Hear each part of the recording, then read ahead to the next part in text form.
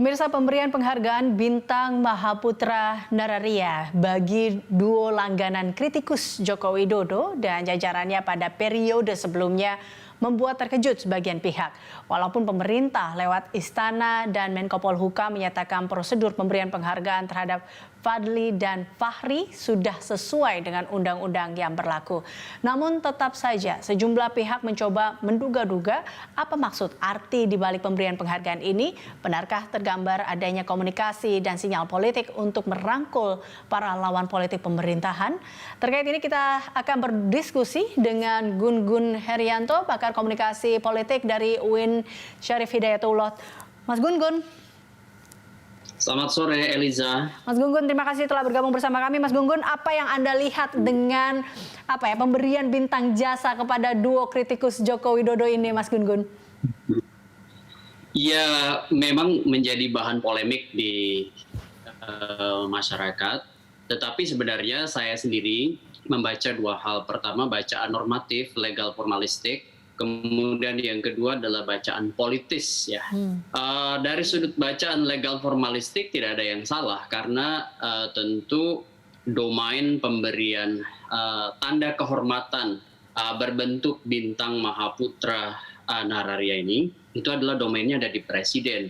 Karena itu sesuai tentu dengan Undang-Undang Nomor 20 Tahun 2009 dan Peraturan Pemerintah Nomor 35 Tahun 2010. Dan kalau merujuk ke aspek legal formalistik, penghargaan negara itu memang diberikan melalui presiden. Sehingga ketika misalnya ada pertimbangan-pertimbangan mau memberikan pada siapa, maka tentu sejumlah syarat umum dan syarat khusus itu menjadi sangat subjektif ya, tergantung kepada interpretasi kebutuhan dari pemerintah. Dalam konteks ini negara lewat presiden begitu.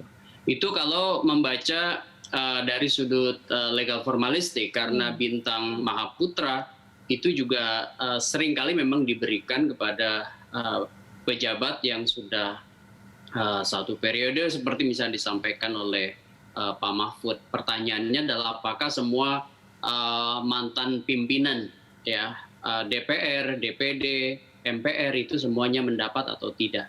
Ini tentu menjadi sebuah perbincangan lain hal gitu ya. Saya dengar Pak Faruk juga dapat, tetapi apakah itu semua ini tentu menjadi bahan telaah. Kemudian yang kedua itu dari aspek politis, tidak bisa dinafikan Eliza bahwa pemberian ini memantik ya pandangan kritis sebagian pihak. Apakah dari aspek kelayakannya, siapa yang kemudian layak mendapatkan Bintang Mahaputra Nararia gitu. Mahaputra memang bukan hanya satu kan, ada 5 jenis gitu ya, sebagai bentuk tanda kehormatan bintang di sipil. Itu kriteria-kriteria yang ada di undang-undang, memang Undang-Undang Nomor 20 dan PP Nomor 35 Tahun 2010 itu banyak membuka ruang untuk diinterpretasi secara lentur, sehingga dari periode ke periode, dari sejak era Soeharto kemudian dan era sesudahnya itu pemberian bintang itu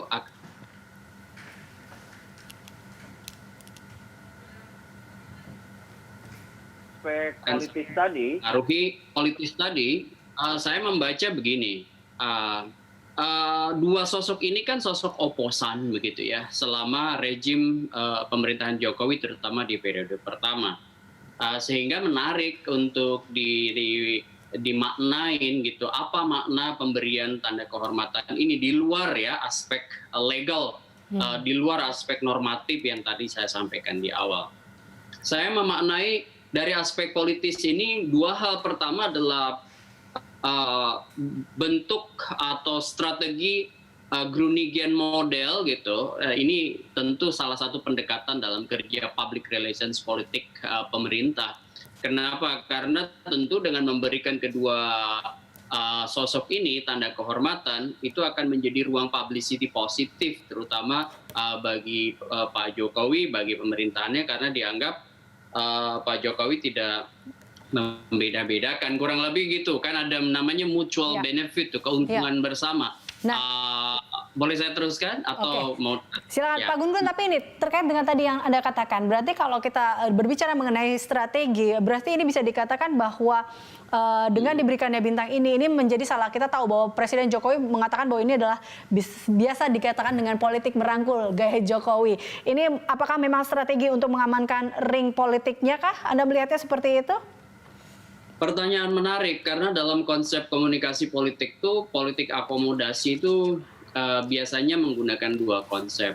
Pertama namanya office power ya, dengan memberi jabatan, misalnya seperti Pak Prabowo diakomodir menjadi Menhan, Ali Muchtar Ngabalin misalnya diakomodir menjadi tenaga ahli, Yusril Iza Mahendra diakomodir menjadi pengacara pada saat Pilpres, sehingga apa?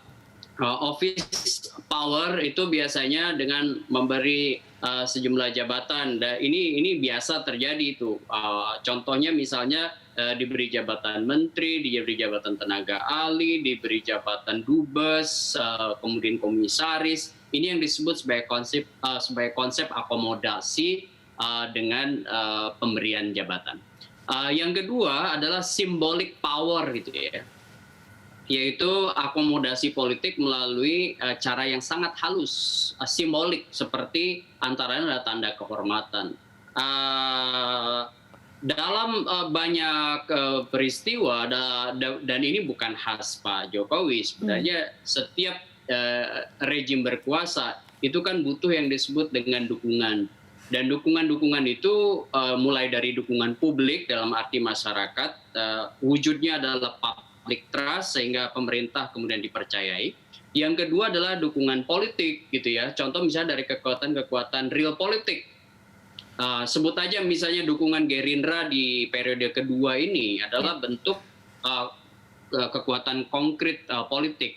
Fadly John adalah bagian dari Gerindra, dan saya pikir setelah misalnya partainya menjadi bagian dari kekuasaan, apakah Fadly Zon juga kemudian sekarang menjadi menurunkan lah intensitas kritiknya terhadap rejim Pak Jokowi. Pun demikian Pak Fahri Hamzah, kan dia lagi berjuang dengan partai barunya, Partai Gelora, sehingga saya pikir di situ ada namanya akan ada mutualis simbiosis gitu ya. Oke. Ada keuntungan yang mungkin sama-sama mereka negosiasikan. Misalnya Pak Jokowi tentu memperlebar, memperkuat basis dukungan, sementara orang-orang yang kemudian awalnya oposan karena punya kepentingan-kepentingan strategis bisa juga kemudian berubah haluan. Oke, baik. Baik, terima kasih Mas Gun Gun telah bergabung bersama kami. Pemirsa, Gun Gun Herianto, pakar komunikasi politik UIN Syarif Hidayatullah.